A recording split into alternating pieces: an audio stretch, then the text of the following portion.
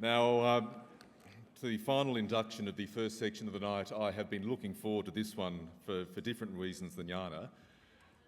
It is my great pleasure to announce that the next inductee to the Victorian Media Hall of Fame is Les Carlyon. Les Carlyon, congratulations.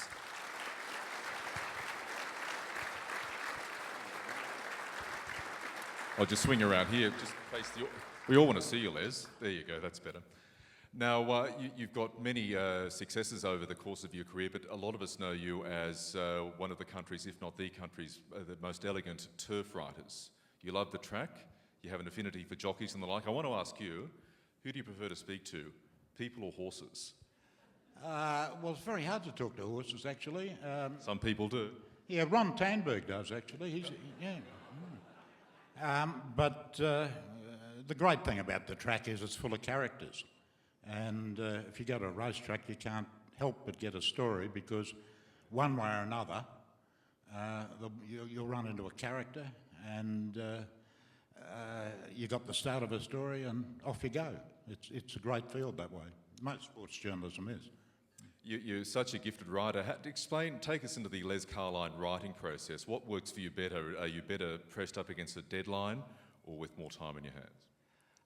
I need a lot of cigarettes, coffee, and I think probably the deadline forces you to think, forces you to say, what am I really writing about here?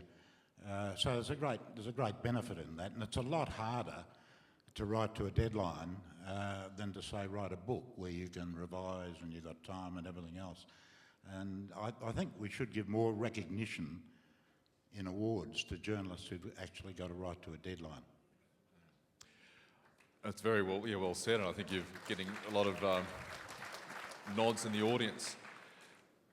You've had such a great career, but you've also mentored so many journalists coming through the ranks over the past few decades. Has that given you satisfaction as well? Yeah, I guess it has. I mean, look at Andy Rule up there, the things he says. I mean, Andy's got it right.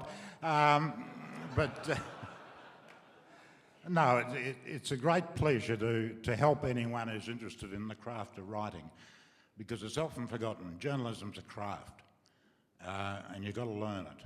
And a lot of people are forgetting that these days. It takes time and it takes effort, and it's great to see young people come up. Ladies and gentlemen, please congratulate Les Carlyon.